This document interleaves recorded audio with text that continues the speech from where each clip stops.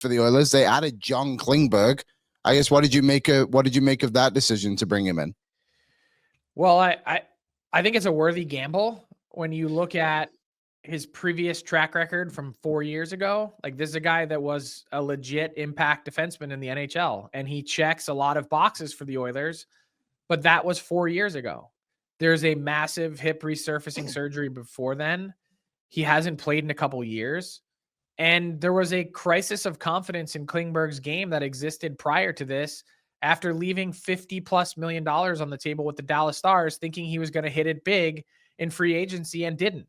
So I think there's a lot to unpack, I should say, but there's no risk to it. And let's say on the offhand chance that it doesn't work out, you can either bury him in Bakersfield or you can keep him ready for an inevitable injury that pops up in the playoffs. And between now and then, if you found a legit piece that does look so much better than the last time we saw him in the NHL, well, then now your need to go out and take a big swing and get that second pair right shot D that you've been coveting, that pressure ratchets down. And you could potentially, if you're Stan Bowman and Jeff Jackson, go out and get a bunch of things now, get 2 or 3 pieces on the lower end of the scale, as opposed to one big name.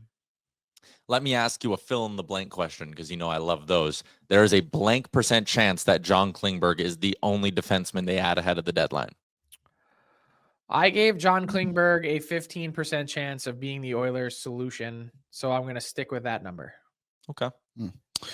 It's greater than 0, and it's costing them 0, essentially. Yeah. The only thing that's happened is they've lost the ability to accrue cap space now, which I do think was a mistake. I think if the Oilers had played their cards right, they should have just said, hey, look, we're going to give you the equivalent of a variable contract in cap hit, and we'll give you a signing bonus to recoup some of the money that you spent training to get back. But anything beyond that, we want to be in a spot where we continue to accrue cap space. And they went a little bit too far on this contract. What do you think the chances are that the Oilers do something surprising then to wrap on an Edmonton question? Like, they can trade a first-round pick. I know they have it sent to Philly, but they can push it a year if they wanted to. They could also just outright trade their 2026 first-round pick. Like, do you think, and I always think it's interesting with a GM kind of in his first year going into this, but like, do you think Stan Bowman has the itch to take a big swing, or because he has some form of job security here, do you think he's going like, no, longer picture, let's maybe save that pick. This is more of a lowercase ad kind of year. No, I would say that when you have Connor McDavid and Leon Draisaitl, the last year of them playing at this combined salary, time is of the essence. And I think back to 2017 when the Oilers got to the second round against the Ducks. And I don't think Peter Seravalli at that exact moment in time, because the Oilers were so young, he didn't really do anything at the deadline. And it was like, hey, our window's just opening. Like, let's figure this out. And then at the end of it, did some incredible surgery that really set this team back. I don't know that whether it's first-year GMs, and I'm sure Stan Bowman knows exactly what's in front of him in terms of what this team is capable of, but it does feel like at times first-year GMs tend to lean more toward, hey, let's see what this looks like. Let's see what this feels like.